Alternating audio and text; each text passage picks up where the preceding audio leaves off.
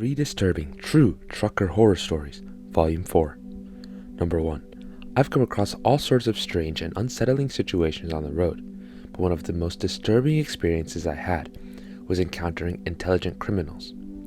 It's unnerving to think that there are people out there who are not only willing to commit crimes, but are also clever enough to plan and execute them in a way that puts innocent people in danger. One night, I was driving across North Dakota trying to deliver a valuable tractor part to a farm in Montana.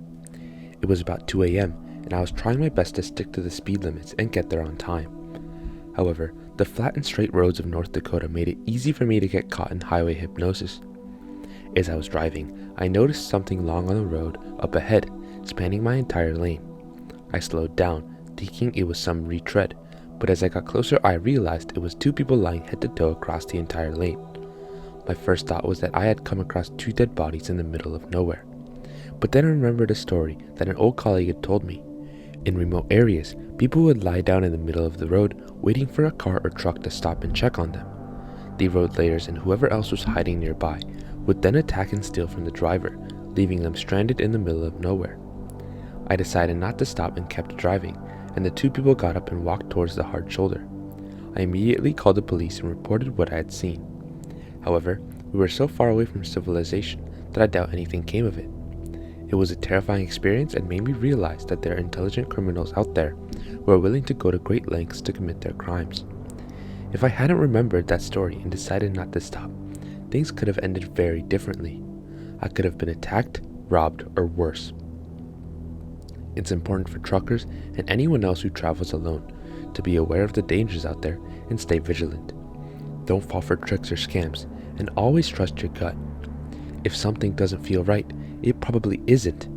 It's better to be safe than sorry, and it's always better to err on the side of caution. Number 2. I remember the feeling of dread that settled into my gut as I saw the man walking towards me on that desolate road in rural Tennessee. It was around 2006, and I was driving my truck with a load of construction materials pre-packaged in boxes. The fog was thick, and I was closer to the intersection of Memphis, but I can't recall exactly where I was. I had pulled over to fix my top, which was flapping in the wind behind me.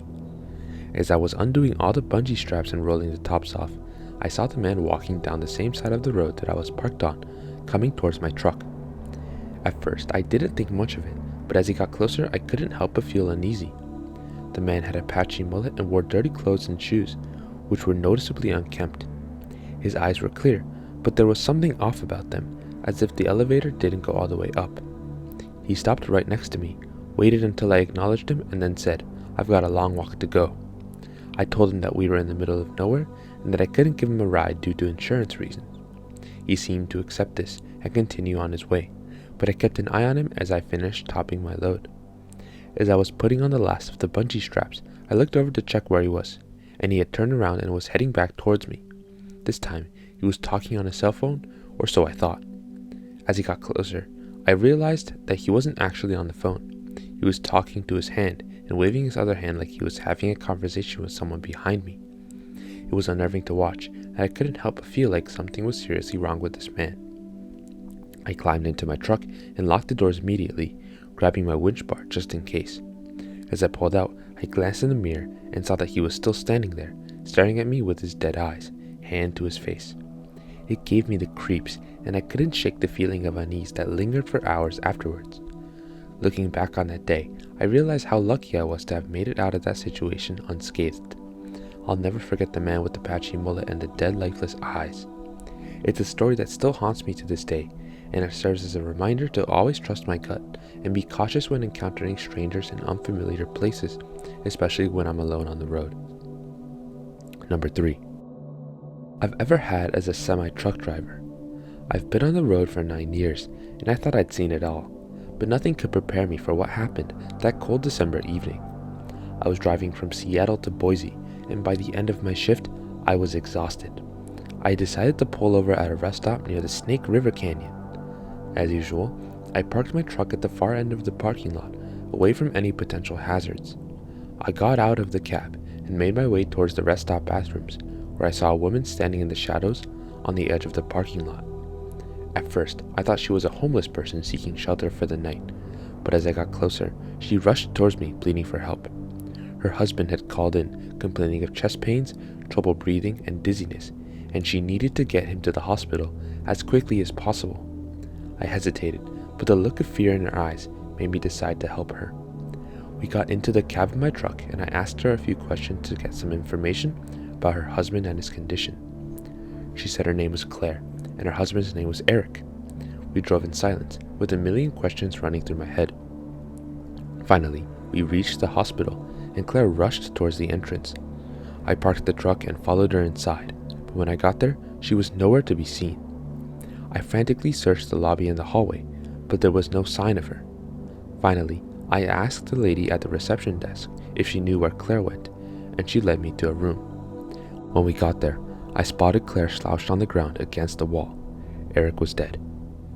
After a few moments of silence, I mustered the courage to ask Claire what had happened, but she was too grief-stricken to answer. I offered to drive her back to the rest stop, but all she mumbled was, "No, I want to go home with Eric." I was heartbroken to hear that, and I ended up convincing Claire to let me drive her back to the rest stop. When we were almost there, I finally worked up the courage to ask her more about what had happened before I showed up. Everything she was saying sounded absolutely devastating, until she broke down and confessed something horrible to me in tears. She said they had a terrible argument earlier, and she slipped something into his drink. My mouth dropped open in shock, and I couldn't believe what I was hearing. We drove the rest of the way in silence, and the only sound was the steady hum of the engine. When we finally arrived at the rest stop, Claire got out and slowly walked away. I watched her disappear back into the rest stop.